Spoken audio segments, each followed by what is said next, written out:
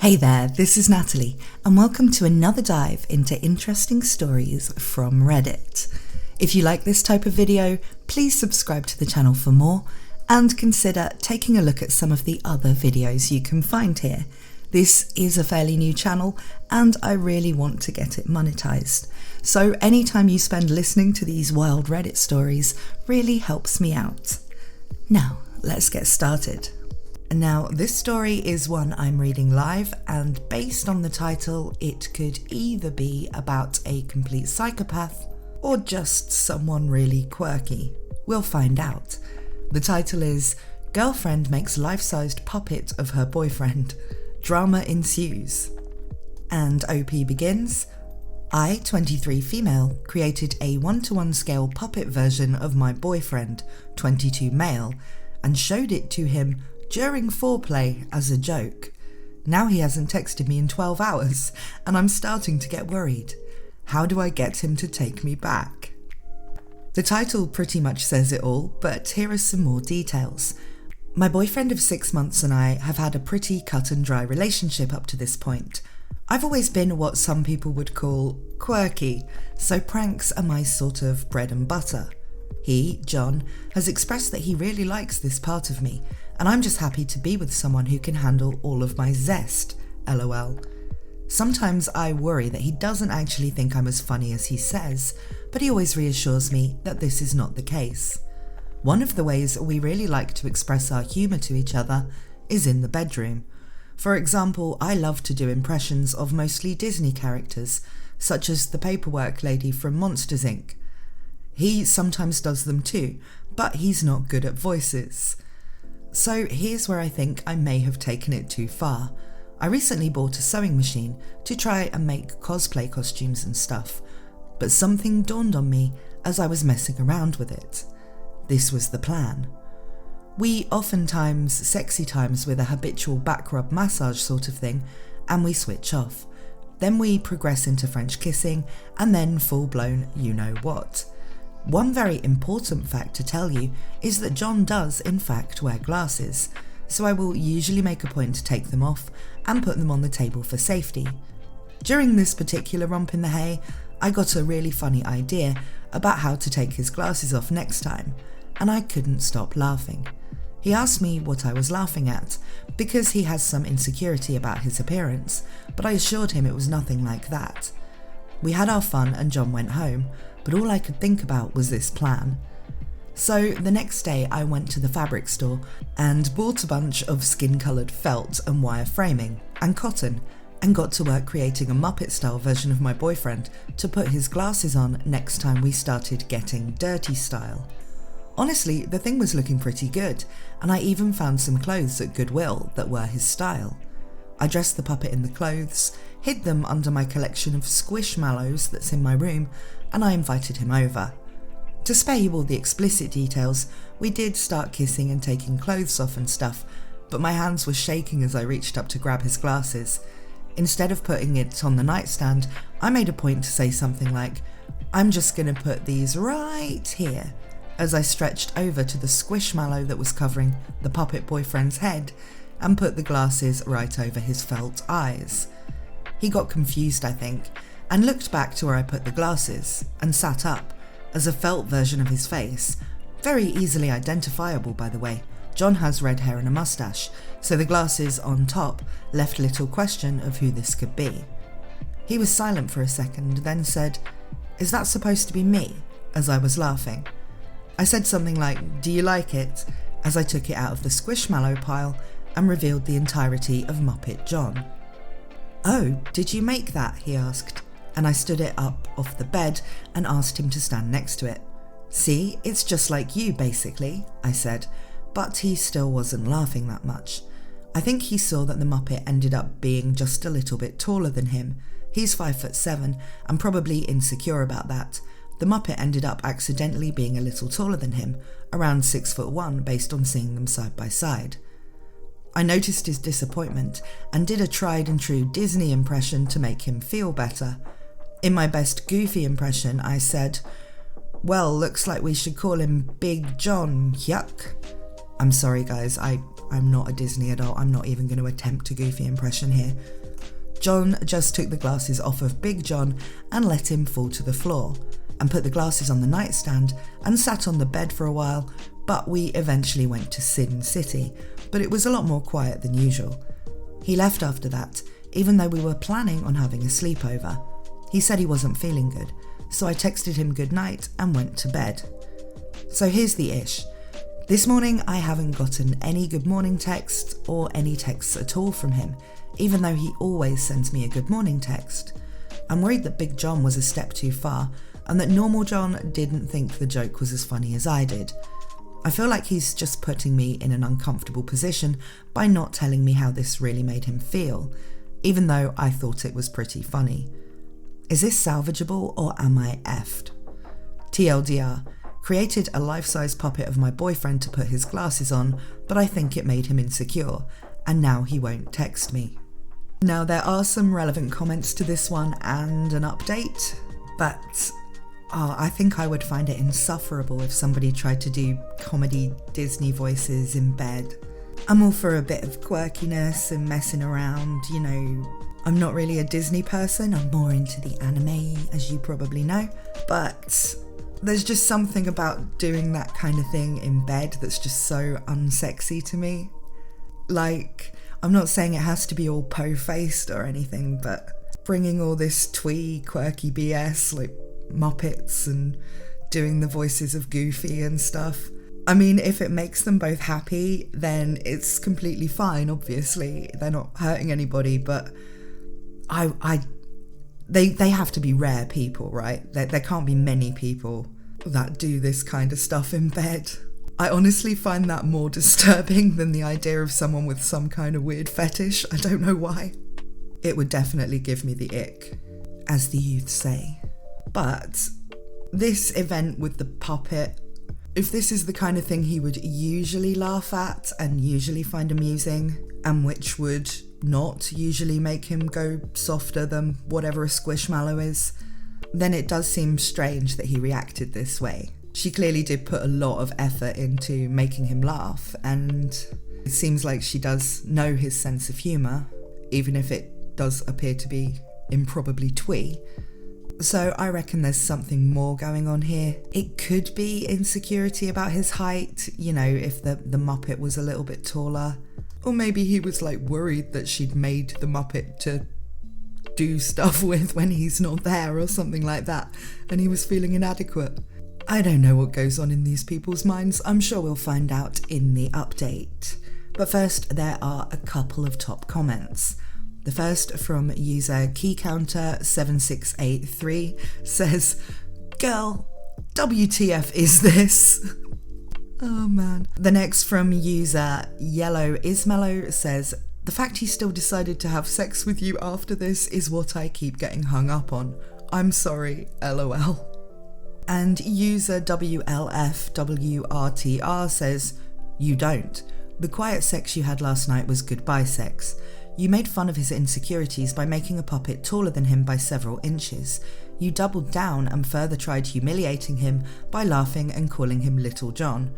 Why would he want to talk to someone who shows such blatant disrespect for him?" Yeah, I mean, they might have a point, but I feel like she would only have done this knowing that it was the kind of thing that wouldn't cause him to have that kind of reaction. She does mention being aware that he has insecurities about his appearance. And if he's been around her quirky nonsense for this long, I feel like the height of the Muppet and things wouldn't be something that would, you know, be a feature he'd immediately notice. But who knows? Let's look at the update. She says, "Not sure why mods deleted my last post, but so many people were asking for updates that I'll leave the original in comments. It's really funny to read back, LOL, but here's what happened in the last week. So it's been a wild couple of days or so, and I've been honestly a little depressed at the negative reaction from everyone. After my boyfriend, John, left after we did the no pants dance in front of the puppet, Big John, he didn't text me for like a day and a half. I was really starting to get worried and believe some of the comments that I was a serial killer, sad face.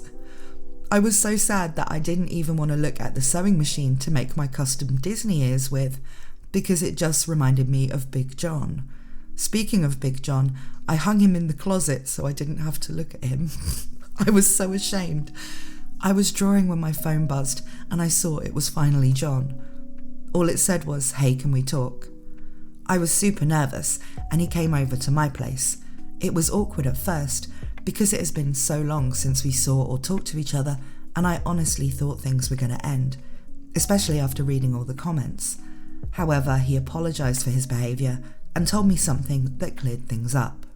So apparently his mom has been cheating on his dad with multiple younger men for years, and he and his dad just found this out the other day, the day I made Big John. He wasn't upset about Big John at all. I could tell he was still upset, and my instincts were saying I should do a Disney voice, but I considered the comments from the last post and decided to just say, "I'm sorry that happened to you. I hope your family is okay." Sorry guys, I can't. Then the most surprising part, he said, "I'm sorry too," and then in his adorably not very good singing voice sang, "Big John never bothered me anyway." I have something for him actually, and brought out one of his favourite slap bracelets that his mom got him as a kid.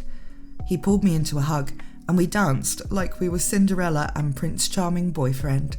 He tried to dip me, but he's not very strong, so it created a funny moment where we kissed, and then he led me to my royal suite. And well, you can probably guess the rest. We got on the bed and normal John had some smears on his glasses after kissing. He asked if there was anywhere or anyone that he could put these on. I brought out Big John and his hand fell off. But it was like a fairy tale romance when normal John placed the glasses on Big John's cute nose. So for now, it seems like a happy ending. Many smiley faces. I'm sorry I didn't post any pics with the original post, but after seeing John's reaction, I was so embarrassed, and some of the comments were so mean that I just wanted to destroy Big John and never think of him again. But there were some very kind people who sent me private messages that made me feel a lot better and proud of my quirkiness, which could very well be autism, as some commenters have stated, getting a test in a couple of weeks. Also, stop thinking I could use Big John for the Devil's Tango. He's strictly an awesome way for normal John to have somewhere to put his glasses. So, after all this time, I've gained the courage to share Big John with you all, like you've asked. I was happy with how it turned out, and even happier that my beloved loved him as well. TLDR, I made a puppet version of my boyfriend a week ago, and when he saw it, he wouldn't text me. Turns out his parents were just going through cheating, and our relationship is okay. Oh, these people belong together, don't they? They're going to have some kind of awful themed Disney wedding or something one day, and it's going to be wonderful, and they're going to live very happily for the rest of time, making little Muppets of their children. It is, a nice story. I just couldn't keep it together reading some of that. I am glad that she, managed to restrain herself from reacting to the very serious situation that John and his family had found themselves in with some kind of crazy Disney impression. I mean, I'm not innocent of all of this. I have been known to do, kawaii catgirl things sometimes, and those of you who watch my anime channel or have ever seen my streams, I nya a bit, but I don't do it when there are serious, heavy moments going on. And whether or not I do it in bed is something I'm not going to disclose on YouTube. But come on, catgirls, they're a lot more appropriate for the bedroom than goofy. So yeah, while I am kind of making fun of all of this, because it's on the side of what I would call a bit twee and cringe, I probably do equally cringe things. It's just I'm in a different kind of fandom, I suppose. And of course, just because something gives me the ick doesn't mean that this couple don't deserve to have a really wonderful and happy relationship. doing the things that they love and they find funny and they share as a joke. So, if me cracking up a bit there reading this story sounded a bit mean-spirited, I really didn't intend that. But I'm keeping it in and not doing another take because this is the first story I'm recording today, and a few of the others I've got lined up are quite heavy and dark, so I think a bit of levity doesn't really go amiss to keep things balanced, as all things should be. But what do you guys think about this couple? And what would you do if your partner made a life-size Muppet out of you to surprise you with during foreplay? Please let me know down in the comments. Here's an interesting story that was originally posted on r/Portland by user Roy Dufek, and which has made it to Best of Redditor Updates, which is of course where I found it, because what on earth would I be doing on a subreddit about Portland? It's a fully updated story, and the original post is entitled, "I messed up and sold my girlfriend's cat by accident." And it begins, "So, my girlfriend and I are moving into a new apartment, and while she was at work, I helped her out by selling the 2 beds she had in her apartment, because we were going to use my better beds that I had at my house. Little did I know, when the cat is scared, it hides inside the box spring. Until now, there's been stuff under the bed preventing him from doing that, but there was a hole big enough for him to crawl inside and hide in there. It's not a cat that ever goes outside, and he didn't bolt out the door when I was helping the people from Craigslist purchasing the beds to carry them out. She lived in Northridge Apartments in Rock Creek, and if you know those apartments, there's 2 sets of doors he would have had to get through to get out. We would have noticed him leave. Well, he's no longer in her apartment, and we've been working with the buyer to search through his house/garage/perimeter where he stored the box spring once he got home. He strapped the box spring on top of the car for the transport, so the cat could have jumped out on the transport as well at any moment. As you can imagine, my girlfriend is absolutely crushed.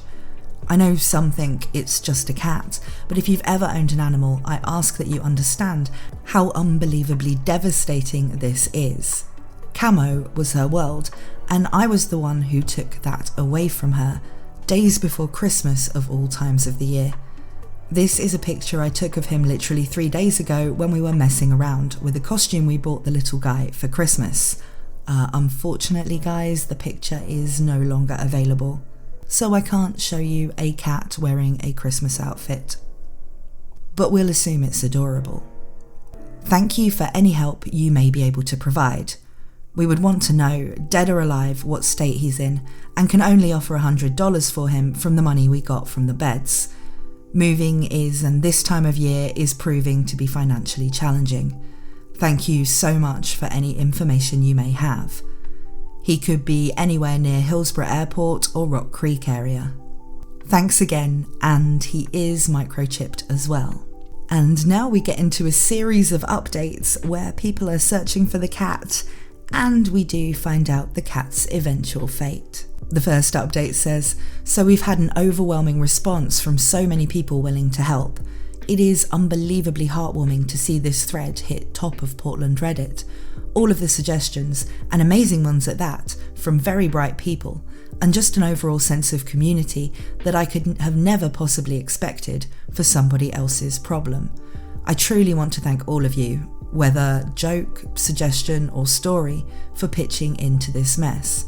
This thread alone is the best Christmas present possible for both of us, not including, of course, finding Camo. That being said, we currently have a small animal trap in the garage, as of right now with a bowl of water at the end of it, and some clothing next to the bowl as suggested by a cat rescue in Hillsborough that was kind enough to lend us the trap for free. Next, we have notified everything we can, posted lost cat posters around the areas he could be, and have registered the microchip service with his and updated the contact information. I've posted on CL, and now we're going to reach out to a website called k9sardog.com as per suggestion by user Little Treasure. Thank you, Little Treasure. It will at least confirm if he's in the garage or not.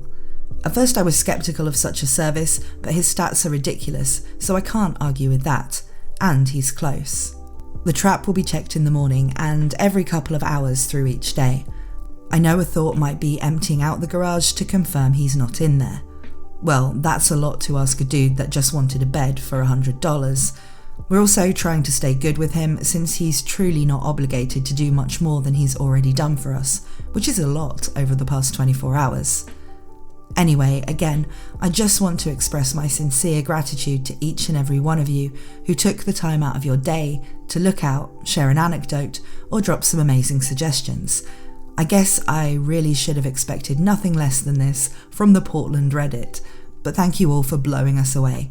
I never knew how much people can really be selfless to complete strangers in moments of despair. I will of course keep the thread updated. Thanks again, Portland, smiley face. The second update says, still no sign of Camo, nothing in the cage, and the search and rescue guy, well, we decided after some further suggestion we were not going to hire him.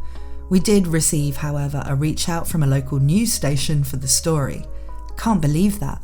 We are responding quickly with them and hope to get the story out in a better way, smiley face. My girlfriend has put up more posters, talked to some neighbours and did more search. She even rented a thermal camera from Home Depot, found 2 bunnies and 2 birds with it, but unfortunately no cat. Had no idea it was even possible till again, Reddit. There's a long thread below here, so whoever suggested FLIR, amazing. Thanks again for all your help, and I'm sure someone was kind enough to have a relationship with that news station and talk to someone there. Whoever you are, you're amazing. Merry Christmas. We'll keep the updates coming once a day near the evening. You all are saints. The next day's update says, we spent the day moving, but did get a tip from the front office of Northridge Apartments that a gentleman who lives there was out running this morning and saw a cat on Jacobson Road near the high school wandering around. It was darker out when he was running, and he was not 100% positive on the markings, but it interests us because there's really no residential properties off of that area. My girlfriend is going to head over there in the morning to take a look around there more and call out for him. It is possible he's getting closer to home, but now, unfortunately, she doesn't live there anymore. We've talked to all surrounding apartments to look out for him, as the apartments will only let the posters stay up for a few days, understandably. We're offering $200 now that we didn't have to drop the pet deposit at the new apartments where we moved today. That was depressing for sure. We're definitely keeping good spirits about it though, and have found a spot for his cat tree at the new place. The cage keeps empty at the box spring garage. At this point, we know our little Camo is on his adventure and having some fun out there, smiley face. If you spot anything in that area, don't hesitate to let us know. Email is my Reddit handle, users@gmail.com, trying to avoid spam. Thanks for keeping up with us in your thoughts and looking out. As the holidays approach, hold your fur children tight. You all are awesome and hope this week is fantastic for you and your families. Insert Christmas tree emoticon here. The following day's update, which was on the 21st of December, so getting very close to Christmas, says, she looked around the high school for several hours today, but nothing. I've already left town for Christmas, and she's leaving to meet me Tuesday just to stick around longer and see if Camo turns up. She's wrecked on the whole thing, worried sick, and can't stop crying throughout the day. It's a big life change, and it's hard to be alone when you've had a pet to greet you for the last 5 years. It's rough, but we're going to let life be life and hope for the best down the road. Gotta make the best of the holidays and say hello to a new year, opening our minds to the possibility of a different life track without the little guy. Again, thanks to everyone who's looked out, helped us with suggestions and told your stories of the luck that brought your pet back home to ease our minds. We'll update the page if we do find him in the future, and always feel free to contact me with any questions or information about Camo. We will always offer the reward. This will be my last update for now, as we gotta spend our time enjoying family. Happy holidays, everyone. Oh, it's so sad. They're trying to enjoy Christmas, but thinking that they're going to have a future without their cat. You guys know I'm a cat person. I really feel for these people. But what do you guys think? Let me know in the... Nah, I'm just kidding. There's another update from the 28th of December, which begins, "We found Camo." Short story, caught him in a trap hours after setting it near the new location where the box spring travelled, meaning he did in fact take the car ride all the way to the new bed owner's house near Hillsborough Airport. We were assured by a caller in the area that they did indeed see Camo, based on the pictures available, and we got a small animal trap set up near the sighting. Came back an hour and a half later and he was in there. Longer story. After another sighting was reported near Northridge Apartments yesterday, original home, we searched for a few hours, finally spotting a cat outside an office building that looked very similar to Camo, but wasn't him. There was food, water and another indoor cat in the window of the office. We had 3 sightings reported on different days at that corner or nearby of a cat that looked like Camo. We realised that it was most likely that cat both times, so we decided to look more at the Evergreen and Sewell near the Hillsborough Airport, new home of the bed. After distributing some flyers, Hayley went back and set a trap with sardines in oil and familiar scented clothing, then left. After about an hour and a half later, she came back with her friend Kelly to do some more searching. Camo was in the trap. Although scared and hissy, they got him in the car and headed back to a familiar territory, his old home. After further inspection, Camo had a cut lip, several of his nails were broken and paws were bleeding. One of his eyes was squinty. He was, of course, a mess. He was very thin, lost about 2 pounds. He spent the night getting up several times, eating and drinking, and was taken to the vet this morning. The vet gave him an antibiotic shot, a good inspection, and he was off back to home, where we think we pulled a tick off and are treating him for fleas. Hayley gave him a bath and he's been cleaning himself vigorously since. All is good, and we expect the news to be covering this pretty extensively, so that's why we've waited to release this until we've had time to discuss the plan.